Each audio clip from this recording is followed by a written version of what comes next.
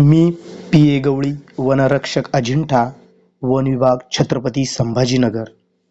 आज मी आपल्याला NWPC 2023 या डाटा कलेक्शन ॲपमध्ये जर एखादा प्लॉट नॉट ॲप्लिकेबल असेल, म्हणजेच आपल्या नियत क्षेत्रातील एखादा प्लॉट अति उतारावर मोठ्या दरीत जाण्यास अडथळा आहे असेल किंवा तो प्लॉट सापडला नाही, परंतु म्हणजे त्या ठिकाणी आपल्या त्या प्लॉटचा आपला संपर्क झालाच नाही, सापडला नाही, किंवा दुरूनच आपल्याला तो दिसतोय परंतु आपण त्या ठिकाणी जाऊ शकत नाही, तर त्या प्लॉटला नॉट ॲप्लिकेबल करताना आपल्याला कोणकोणते प्रपत्र भरायचे आहे. तर तो प्लॉट नॉट ॲप्लिकेबल असल्या कारणामुळे आपल्याला फक्त प्रपत्र 1 आणि प्रपत्र 2 बाकीचे ब्लर होऊन जातात. त्यामुळे मी हे 2 प्रपत्र किंवा ही प्रोसेस कशा पद्धतीने आपल्याला प्रपत्र भरायचे याची माहिती या व्हिडिओच्या माध्यमातून मी आपल्याला सांगणार आहे. तर सर्वप्रथम आपण आपल्या नियत क्षेत्रात शक्य होईल त्या प्लॉटच्या जास्तीत जास्त जवळ जाऊन हे प्रपत्र भरायचे आहे. तर चला आपण सुरू करूया. तर सर्वप्रथम आपण आपलं ॲप्लिकेशन लॉग इन करून घ्यायचं आहे. लॉग इन झाल्यानंतर आपण आपला जो ID आहे तो प्लॉट ID या ठिकाणी फिलअप करून घ्यायचा आहे.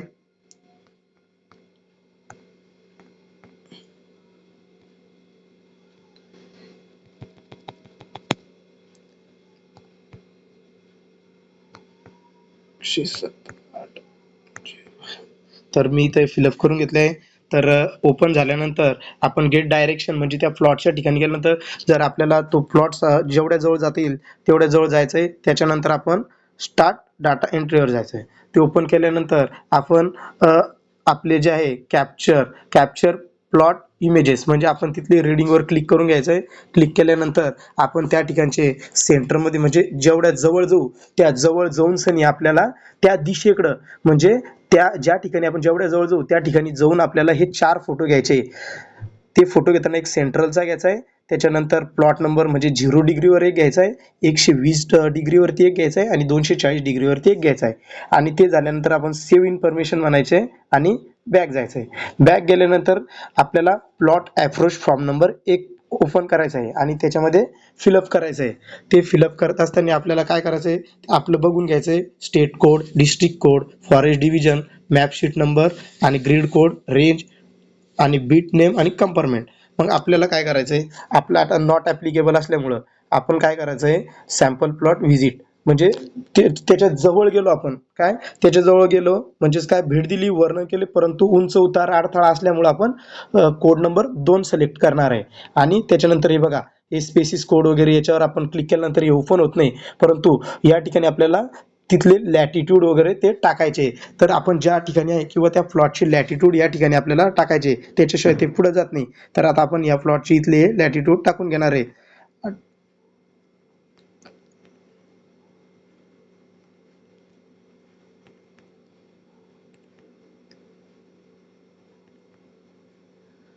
याच्यामध्ये आपल्याला पॉईंट द्यायचा नाही. आपले म्हणजे जे आहे लॅटिट्यूड लॉंगिट्यूड हे 8 अंकामध्ये म्हणजे 8 अंकामध्ये आपल्याला ते भरायचे आहे. तर आता हे बघा, या ठिकाणी आपण इथं क्रू लीडरचे आपण हे करून घेणार आहे आणि याला आपण डिव्हिजन कोड निवडून घ्यायचा. ओके आणि सेव्ह म्हणायचं. हे बघा, अशा पद्धतीने सेव्ह डाटा सक्सेसफुली. बॅक जायचं. बॅक गेल्यानंतर हे बघा, सर्व फॉर्म बघा, फॉर्म 3, 4, 5, 6, 7, 8, 9, 10 हे सर्व ब्लर झाले बघा. हे ओपन होत नाही बघा. आपण याला टच केले तरी ते ओपन होत नाही बघा. नॉट ॲप्लिकेबल केल्यामुळे हे एकही ओपन होत नाही. फक्त बघा, प्लॉट नंबर 2 हा रेड आहे. तर आपण आता फॉर्म नंबर 2 ची माहिती आपण पहिल्या व्हिडिओमध्ये पण भरलेली आहे, तर ती सर्वांना माहिती आहे. तसं मी शॉर्टकटमध्ये फास्ट भरतो, कारण की व्हिडिओ खूप लॉंग होईल, त्याच्यामुळे मी फास्ट भरतो. कशा पद्धतीने भरतो तुम्ही बघा. तर यामध्ये आपण बघा, याच्यात आपल्याला स्टेट कोड, डिस्ट्रिक्ट कोड, त्याच्यानंतर डिव्हिजन कोड वगैरे ही इन्फॉर्मेशन पूर्ण याच्यामध्ये आपल्याला दिसत आहे. आपलं ग्रेड नंबर, लॅटिट्यूड हे त्या ठिकाणचं आपण चेक करून घ्यायचं आहे. त्यानंतर हे बघा, आता आपण लीगल स्टेटस हा फॉर्म फिलअप करताना आपण त्या क्षेत्र जो आपला प्लॉट असणार आहे, जो आपण त्या ठिकाणी जाऊ शकत नाही, परंतु तिथली पोझिशन आपल्याला माहिती पाहिजेत आपल्या बेटातली, की तिथं कुठल्या प्रकारचे झाडं आहे, तिथं कुठल्या प्रकारचा भूभाग आहे, तिथं कुठल्या प्रकारची माती असू शकते, दगड कशी असू शकते, रॉकनेस आहे का काय, हे आपल्याला तिथली इन्फॉर्मेशन आपल्याला माहिती पाहिजे, तेव्हाच आपण हा फॉर्म फिलअप करू शकतो. तर या ठिकाणी आपल्याला माहिती भरायची आहे. तर आपण लिगल स्टेटसमध्ये आपण ते रिझर्व्ह फॉरेस्ट, लँड यूजमध्ये तिथं झाडोरा जास्त असल्यामुळे आपण डेन्स फॉरेस्ट म्हणू, जर काय नसेल तर त्याला ओपन फॉरेस्ट म्हणा, क्लोज फॉरेस्ट म्हणा, म्हणजे प्रत्येकाच्या नियत क्षेत्रातील ही इन्फॉर्मेशन वेगवेगळी असणार आहे. त्याच्यामुळे ही आशाची अशी न भरता थोडं आपल्या आपल्या नियत क्षेत्राच्या याच्याप्रमाणे ही इन्फॉर्मेशन भरायची आहे. आता मी फक्त भरतोय.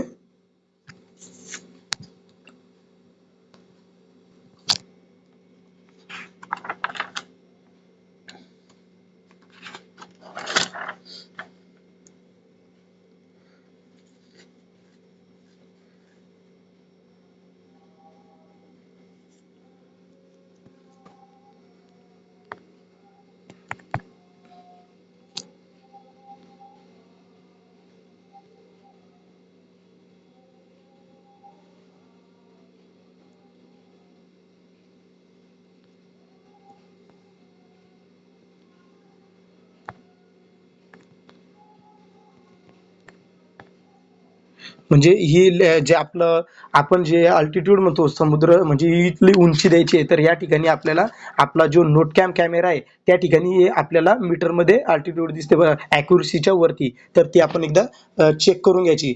एक वेगळा मोबाईल घ्यायचा, त्या मोबाईलमध्ये इथली अल्टिट्यूड चेक करून घ्यायची, की आपण ज्या ठिकाणी उभं आहे तिथली उंची किती आहे.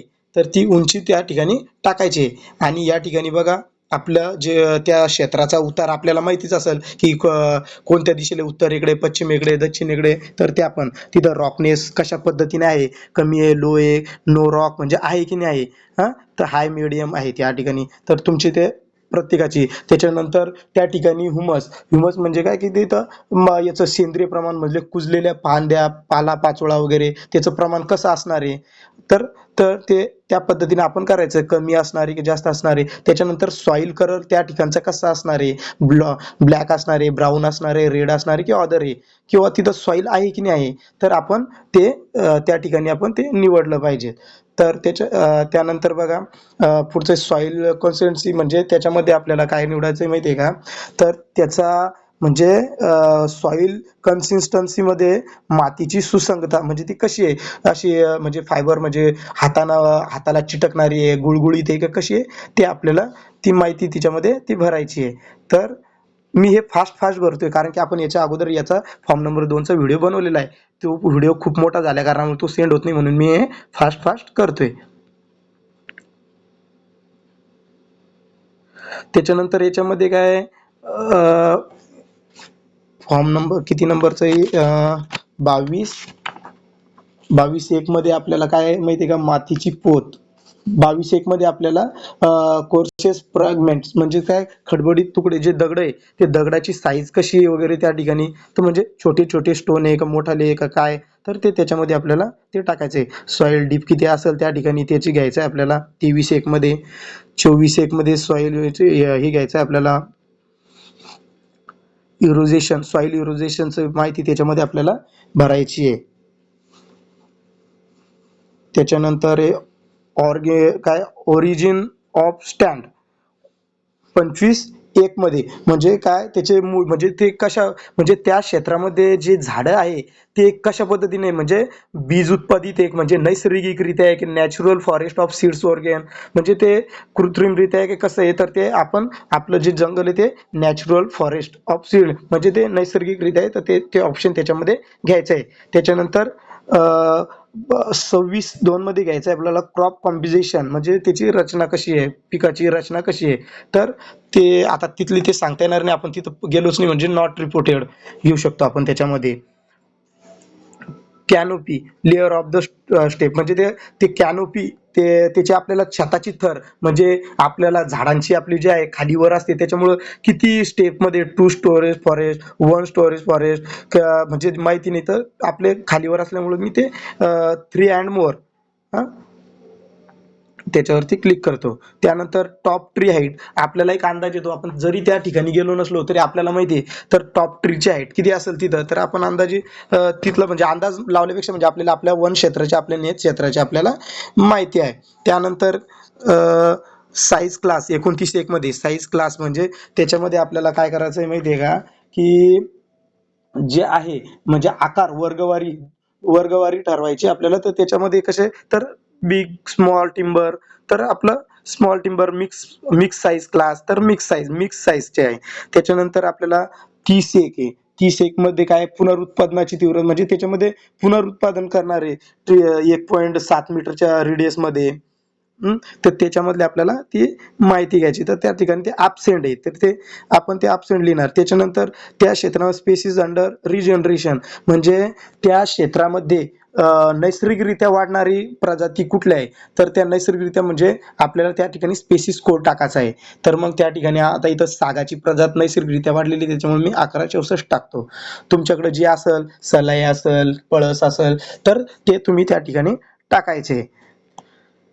त्यानंतर इंजुरी म्हणजे आता बघा त्यानंतर आपल्याला जायचंय 32 मध्ये म्हणजे injuries to crop due to girdling म्हणजे काय, पिकाला झालेल्या दुखापती म्हणजे त्याला काही इंजुरी झालेली का, तर त्याच्यामध्ये आपल्याला ते टाकायचं. आता तिथं आपण गेलोच नाही म्हणल्यावर काय नॉट रिपोर्टेड, हे पण not reported.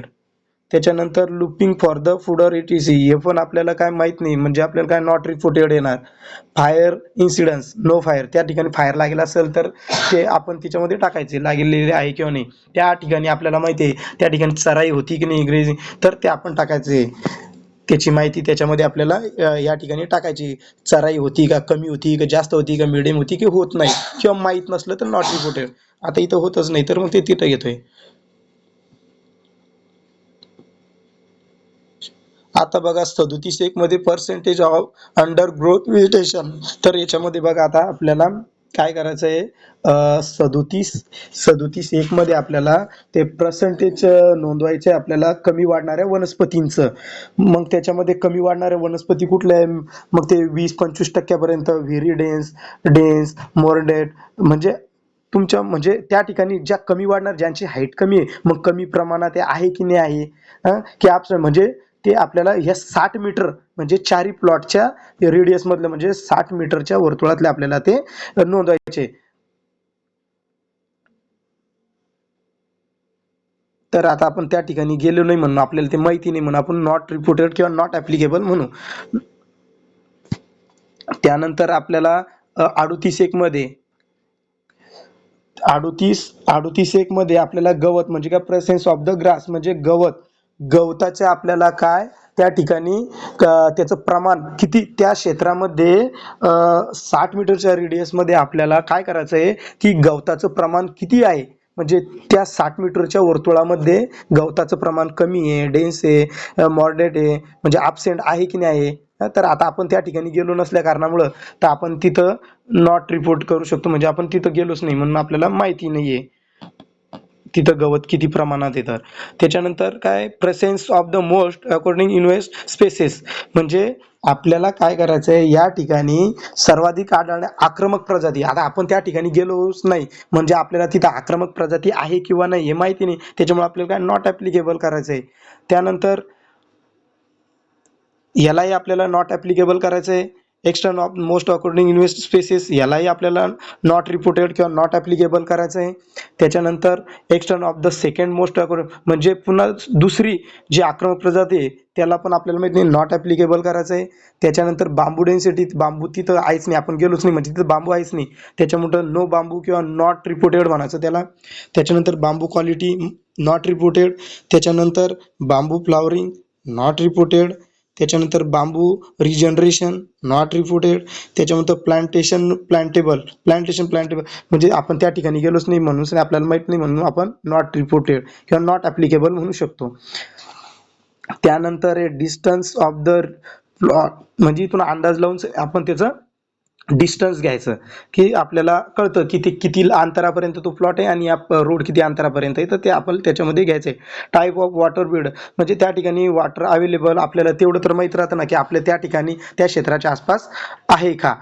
Water beads in visit म्हणजे त्या ठिकाणी आहेच नाही म्हणजे नॉट अवेलेबल. जर असेल तर ते टाकायचं, नसेल तर नॉट अवेलेबल करायचं.